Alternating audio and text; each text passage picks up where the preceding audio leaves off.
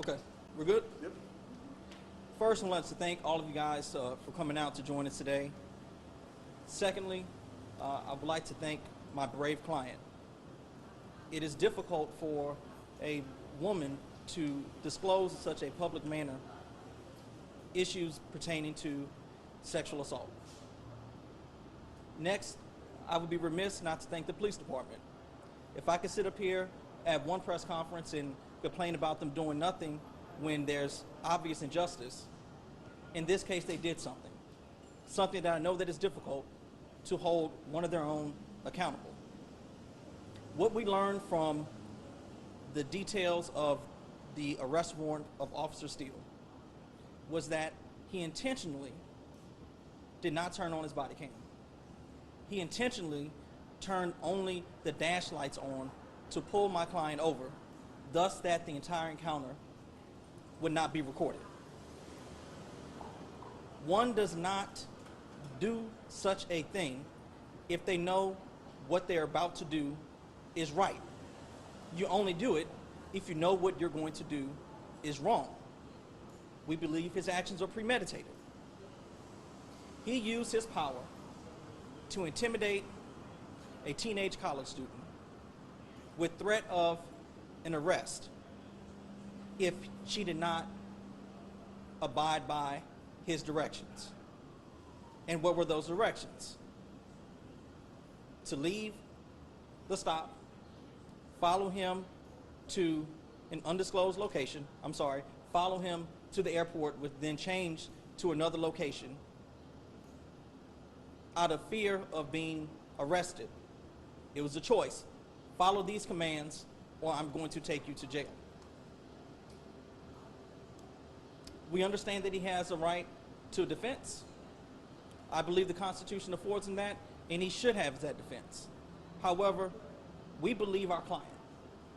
We believe our client because we're relying on the facts. We're relying on the facts that this was nothing about this encounter was consensual. How do we come to that conclusion? It's not just the fact that Officer Steele turned off his body cam. It is not that Officer Steele gave commands to have her follow him after the stop. We can look at the text messages that were sent from my client's phone to a third party as the incident is taking place in real time to show that this is not consensual. Further, we can look at the messages that were sent by Officer Steele to my client that were very graphically sexual in nature that went unresponded to by my client.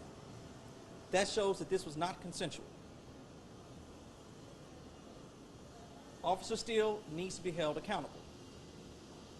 That accountability began when the warrant for his arrest was filed yesterday. It further went when he was booked in jail today. And it will go on further as the district attorney's office gets the case and decides what to do with the prosecution. But it is not just Officer Steele that needs to be held accountable. You see, when you have the badge and you have the gun, you have the ability to take away, based on your job description, someone's life, liberty, and property. With that power comes great responsibility. And when that responsibility is tarnished by ill will, by corruption, by hiding the truth, by abuse of power, accountability has to go to those who employed you, those who trained you, those who gave you that authority over the citizens. Make no mistake, in this case, it was the badge